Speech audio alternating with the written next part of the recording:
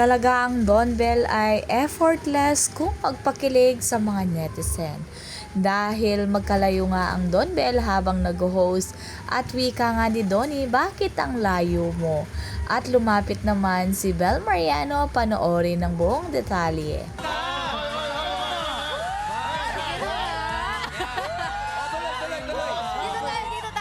That's not on the script.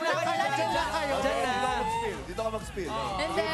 Ito na nga, the whole country, the whole world is waiting. Kaya, panoorin natin. Kaya pati ang tito ni Donnie ay si Mr. Gary V, talagang kilig na kilig ang dalawa.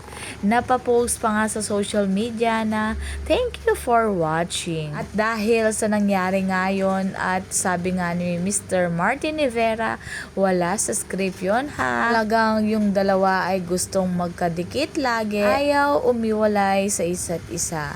Kahit parehas naman silang host rito. At tunay naman talaga na close na ni Bel ang tito ni Donnie. Talagang habang nagsasalita ito, tignan mo naman ang nagiging reaction ni Bel. Amazed na amazed siya sa pinapakita ni Mr. Gary V.